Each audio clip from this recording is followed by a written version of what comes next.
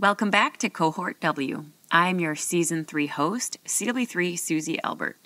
And today for Episode 2, we will hear from a valued colleague of mine, CW5 retired Chris Haynes. Mr. Haynes brings a ton of research, collaboration, and leadership in everything he does here at the college, so I'm grateful we have a chance to share his perspectives on the modernization efforts of the WOCS curriculum. As we know, lately, modernization is a consistent buzzword in the Army heading into multi-domain operations and large-scale combat operations. So Mr. Haynes really speaks to the efforts that during this transition into being a warrant officer, we can maximize the potential and the contributions of candidates turning into W1s in their first unit of assignment. He gives a lot of insight on the assessment methodology, the response to the Army's modernization needs for Army 2030, or how are we preparing, training, and acting now to ensure the best posture for ourselves and for the future leaders and warfighters? And of course, he is able to demystify these buzzwords like modernization, like academic rigor, and others. I also appreciate that he has some advice for prospective candidates, which is where we end today, helping them prepare themselves to come here and really maximize their success. So, with no further ado, here is Mr. Chris Haynes. Chris, I first want to ask you, what is your position at the United States Army Warrant Officer Career College? Thanks for inviting me, Susie.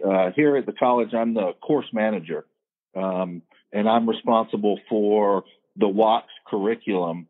That is that it meets the TRADOC regulations using the Army's system of record training development capability.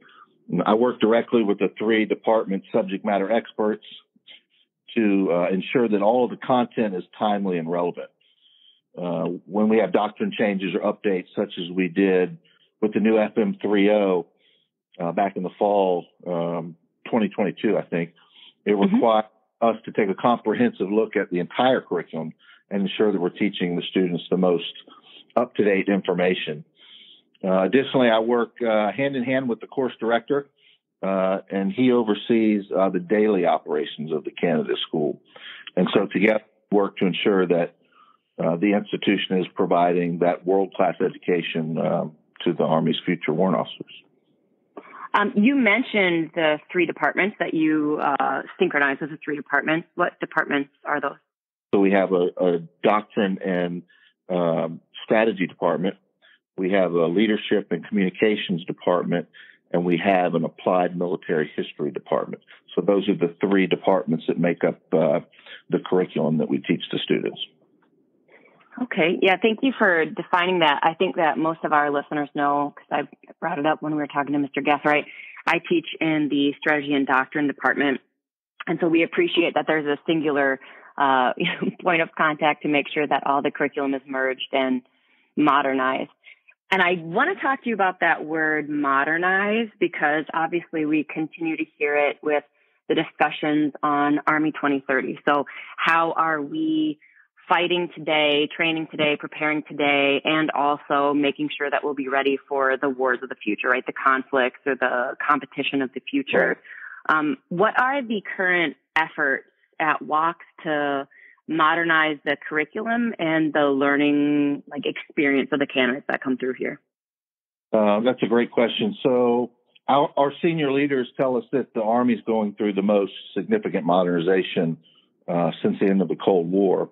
So that requires us, obviously, to modernize how we manufacture warrant officers for the Army of 2030 and beyond. And we made a large change to the curriculum, but 3 things probably stand out the best. We developed an acculturation phase, or the WOAP, Warrant Officer Acculturation Phase, and that prepares the candidates for successful assimilation into both the candidate school and the warrant officer cohort. It was designed to establish like a formative baseline that broadens their understanding of how the warrant officers meet the 5 competencies of ICOLA, which I think you talked about last time: integrate, communicate, operate, lead, and advise.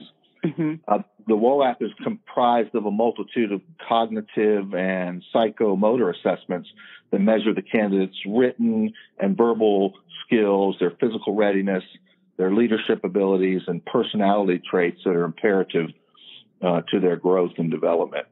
And it attempts to provide commanders and staffs with a warrant officer who's more self-aware, resilient, with improved leadership skills and behaviors and cognitive abilities, so that they can be a more effective leader and a technical expert.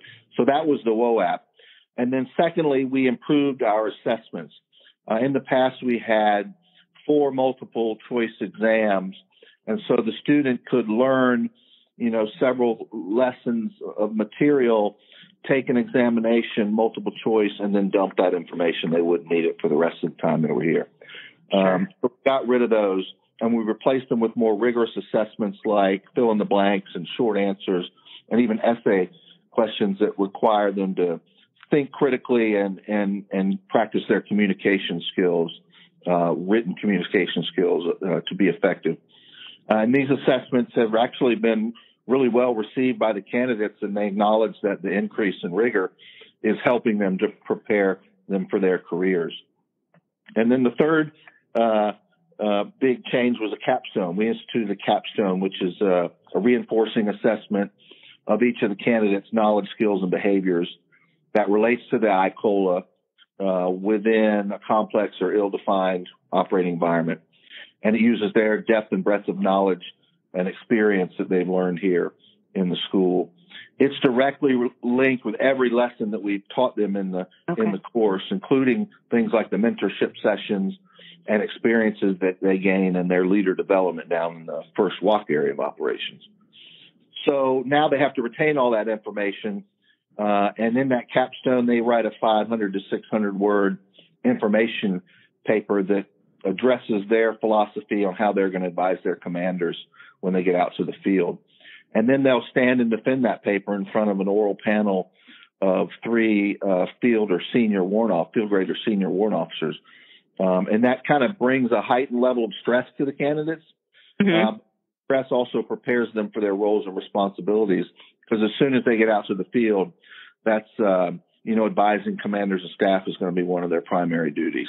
So those are the 3 big changes, that probably the most significant changes we've had in the 30 years that I can remember. I can definitely say that having worked down at First WOC for a while, under the last curriculum, and then now being an instructor under this curriculum, I have seen a huge change. And when we had those 4 multiple choice, exams previously, it was basically, can you recognize, can you remember rote information, and can you recognize, what could be the best possible answer?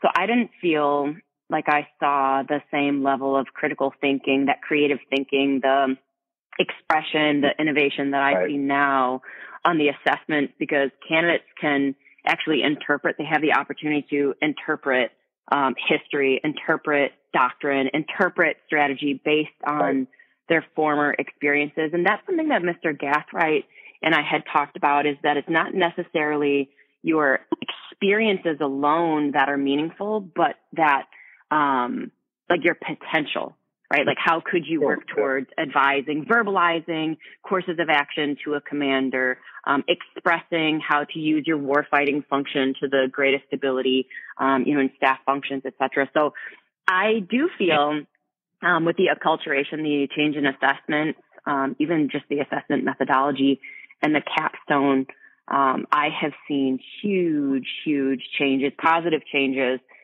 And the number one question I get from candidates, it'll be like, hey, thanks for the information on the new FM 3-0 operations. Thanks for the information on tenets of operations that we should try to maximize. Yes, we understand the competencies, ICOLA, of a warrant officer, but they'll say, but what am I supposed to do on my first day of W01? Yeah. And I think that the way that we now have modernized and structured this, they have the ability for me to be like, well, what do you think you should do if your commander comes and asks you this? Or if you are in charge of training, right? If you are in charge of operating under your subject matter expertise, they seem far more capable of, really determining that pathway for themselves, which is what we want, is to get away from that helplessness, right? So thanks for touching on the acculturation process, the change in assessments, and the capstones. So as they go through the WOCS experience, obviously, we have a change. What you just discussed was a change in methodology and a change, the modernization efforts. What are the intended learning outcomes for the candidates? So what should they leave here really having learned as a new W01? Yeah, that's another great question. We have in our PME, professional military education, we have the senior service education. We bring in a senior leader, and that's usually a 3-star. And the director of the Army National Guard, Lieutenant General Jensen, stated when he was here that warrant officers must be leaders first. Mm-hmm. Even General Milley stated in his mission and vision statement when he was chief that the Army must develop smart and thoughtful and innovative leaders of character, and they have to be comfortable operating in a multitude of operating environments, all the way from the tactical to the strategic level. So our students should be able to do several things. And first most is lead diverse and effective teams by developing, coaching, mentoring, providing feedback, and that's going to improve the organization and help them accomplish the mission. And it's also been my experience that the entire Army is looking at the chief.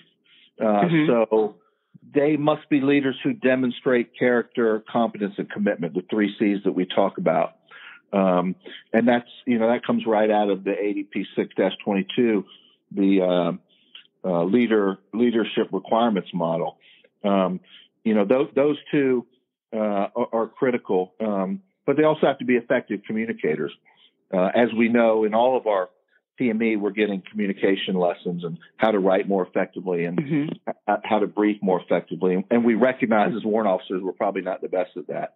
So they have to be able to take doctrine and policies and communicate that critical information by advising their commanders and their staffs in simple planning sessions all the way up to, the MD&P process. They also have to be able to apply that doctrine and policies to integrate their systems that they're subject matter experts in. Absolutely. In support of, multi-domain operations and large-scale combat operations, because that's obviously the way we're going. And then finally, our students should be able to perform those roles and functions of the integrator, communicator, operator, leader, and advisor. So all of these outcomes are here to prepare an officer who is a combat multiplier and trusted agent for their commanders. I love that you touched on the character, competence, and commitment. I also love that leadership comes first, because I think that that's just a universal truth of our military, is that you have to be a leader first, right? You can't just be good at your system. You have to really have the capability to inspire others, to advise a commander. And what you brought up from the leadership requirements model, which we find in both ADP and FM 6-22 about character, competence, and commitment, is competence is also written in the new FM 3-0. It's specially highlighted in Chapter 8, which talks about leadership during operations. That is the number one most desirable attribute of a leader. And I think that interestingly, and I know, Chris, I'm sort of an expert at boring everybody. So this is no different. Just because I have a podcast, it's no different now.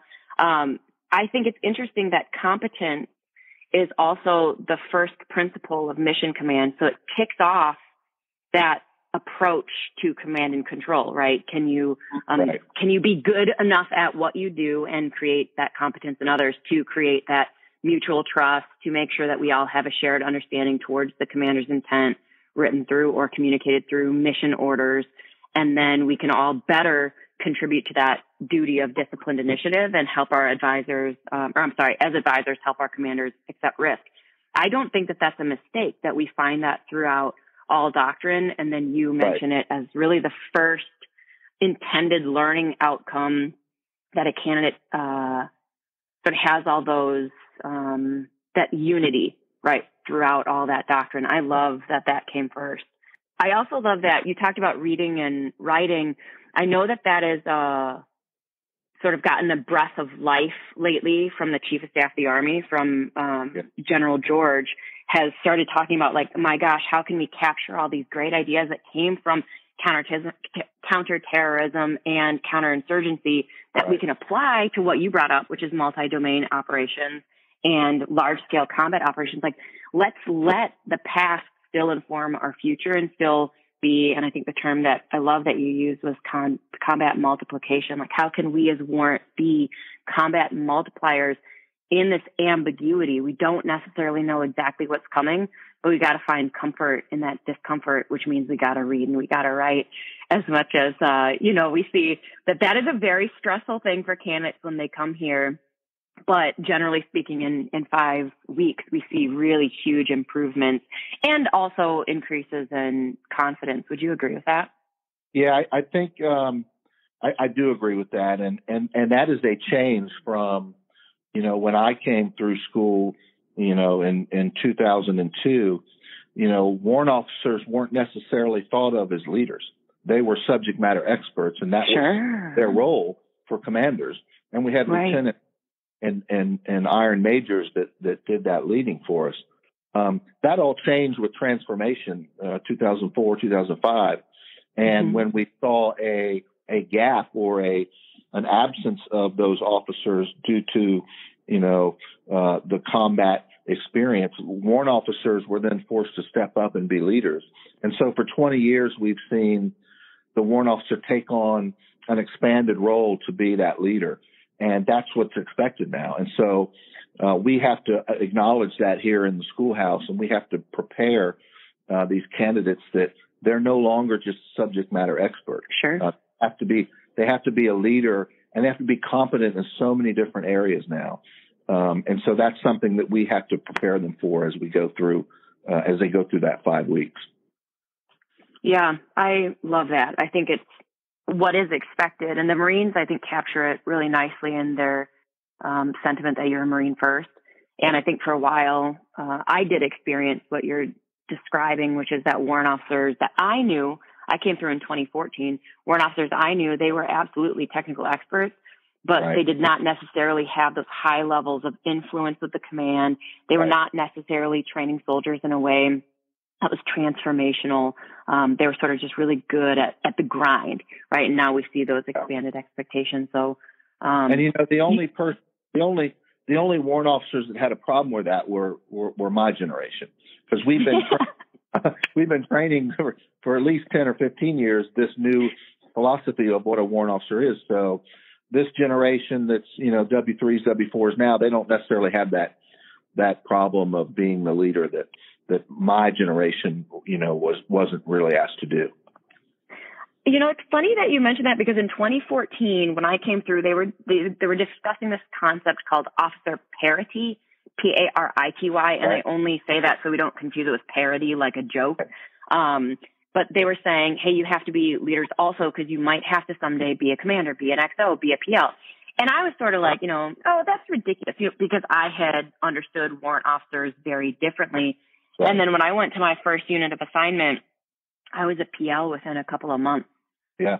And I was shocked by that. I truly was like, dang, I really wish I would have internalized a little bit more, when I came through, because we hadn't necessarily even seen it in action yet in 2014, like universally, like widely in action. And I was at a brigade headquarters. So my, platoon was a lieutenant colonel, a bunch of majors, some E8s. And I was like, oh my goodness, like now as a W01, and I was the only, I think, intel officer, and I was, the only woman in that. It was at the time in IBCT. I was like, well, this is a predicament, right? And so being able to research that and understand that better, and having been prepared for that, helped me at my first unit of assignment. And my advice to the candidates, when we brief them and those questions always come up is, I tell them when they get tasked with that role or responsibility or that's outside of their scope, to do it better than anyone else would ever done it. Sure. Go in open-minded, knock out that task, be the best at it that you can be, and that's to build that mutual trust with the commander, that they can count on you in a multitude of situations, not just in your expertise or on your box that you're an expert in, but in a breadth of ways they have that trust built up in you. Yeah, I love that. Yeah, and I love anytime we can talk about Mission Command, conversationalize it, and our impact, really warrant officers impact the environment. I want to ask about a term that you had used that I hear a lot, and it's academic rigor. What does that phrase mean? So the Army currently has a working group that's trying to answer that question, to define academic rigor. And they have a working definition that's, it's a deliberate challenge that increases competency and outcomes. And that's through a design of one or more key components of the learning environment. And that challenge is any additional emphasis to make the student better by undergoing those challenges to increase the competency. That's a lot in that definition. It goes on to tell us, how do we achieve that? Because that's really what we want to know. How do we achieve that rigor? And for the student, it's more engagement, more motivation, and more responsibility in responding to the schoolhouse environment. And it's undergoing those challenges within the environment that helps to increase their competency. I think that you and I have been talking for a few years about this. About 2 years ago now, I was trying to Google it. I was like, Army academic rigor, right? Because we were starting to discuss that, right? Really, I guess in like every staff meeting, right? Everywhere we went, we were discussing academic rigor. So I Googled it, and the only thing I could find, I think came from a general in his retirement speech. And he basically was like, are we teaching folks to be able to use skills, like use their education, use their training across a wide variety of experiences or environments with differing levels of stress? And I was like, dang, that helped me better understand it. And so I'm glad now that we see a much meatier sort of definition, because at the time that was the only thing I could find via Google. So where did you get this information? And I guess how current can we find it? And do you think that we'll still see changes to that definition? Yeah, this was sent to me recently from my boss, the Academic Operations Division Chief, and because that term is floated around our institution for that, at least 2 or 3 years now, as we look towards modernization and then accomplish the modernization of the curriculum. Academic rigor was that buzzword, and none of us really knew what that meant. If you asked, 10 people around the conference room table, you get 10 different answers. So we probably did a decent job of getting after that. But if we go back and look at it again with this new working definition, I'm sure we could learn some more and even make some better changes. This definition, I believe, is maybe 18 months old, and we need to look for what the working group has come out with recently. It's got something that is fairly accessible throughout Army training is CFDIC. Do you know the acronym for CFDIC? CFDIC? Common Faculty Development Instructor Course. Thank you so much for that. I know that we didn't previously talk about that. I didn't know that acronym. And I know that when we go through CFDIC, there's discussion. Obviously, there's been a shift from lecture to facilitation. Like, how do we hold conversations and facilitate adult learning? And so usually we see within those shifts in the learning model in the Army, we see discussion about Bloom's taxonomy, right? So the bare minimum cognitive level would be, can you remember or recognize a term? It's that rote memorization that you and I sort of talked about earlier. And then cognitive level 2 is, do you understand it? Cognitive level 3, so a little bit more advanced, is, can you apply it practically throughout? And I think that meets that general definition, right? Across different environments, field Sure. environments, classroom environments, et cetera. Can you apply what you have learned in action? Not just in theory, but Right. actually through your own actions, and then analyzing it, synthesizing it, or creating and evaluating. And what I hear, again, linking the concept of academic rigor back to the modernization of the Warrant Officer Candidate School, I hear you saying we're no longer doing assessments that are, hey, A, B, C, D, can you recognize, which one you learned in class, which buzzword you learned in class? But rather it's like, hey, sit down at an oral board and describe to me your philosophy on XYZ, or your interpretation of this battle and how it, relates to warfighting functions, or advising a commander, or multi-domain operations, et cetera. So I think that we really concretely see a shift, a positive shift from cognitive level 1 up to cognitive level, 3, maybe 4. Right. When we were in the older curriculum, that's exactly what it was. It was, the TLO, the terminal learning objective, usually was identify, and then whatever it is that the class is getting after.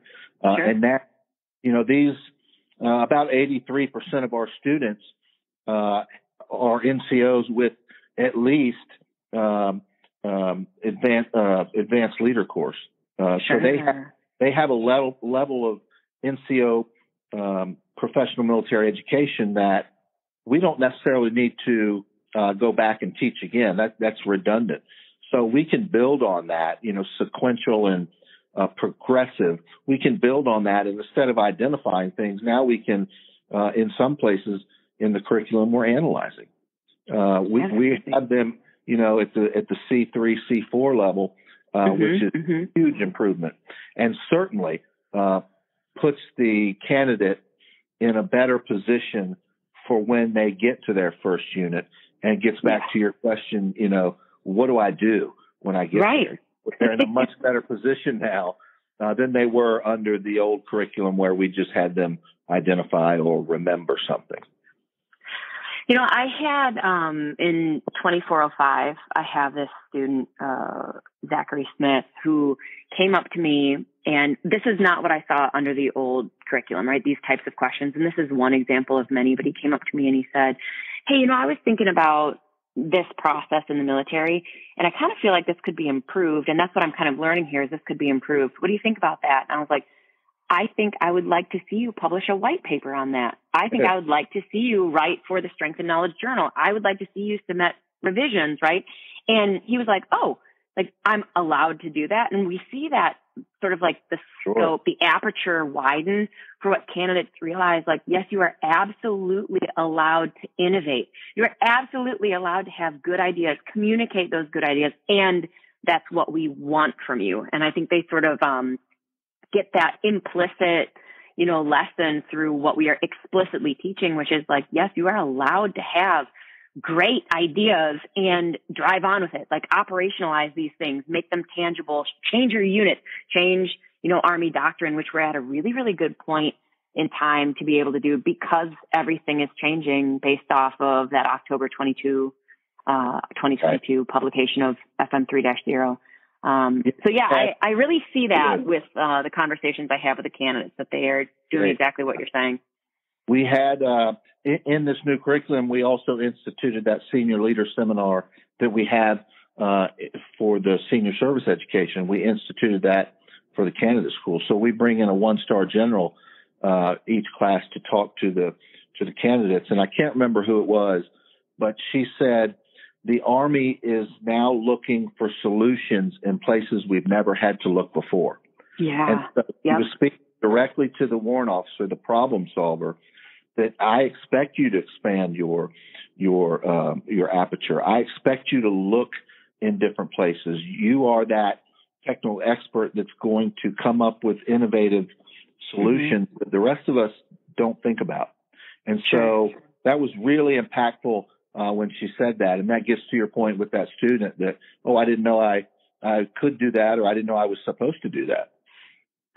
Yeah. And that we, as I'll say mid-grade and senior warrant officers, we have a responsibility to empower that. And I see that through the curriculum and also through even asking the question. Like, I was like, oh my God, if you need help with that, like, please reach out. Like I do believe, obviously, this student is incredibly capable, and that's a good idea, right? That's right. I wasn't thinking that way, right? They have ideas from their foxholes and really leveraging. We'll go back to Mike Gass, right? Like leveraging those experiences to inform that trajectory, right? That potential in expanding their scope of influence, their scope of operations. You love to see it. I mean, I'll just say it that way. You love to see it. And that's why our sessions pipeline wants to assess at NCO with experience.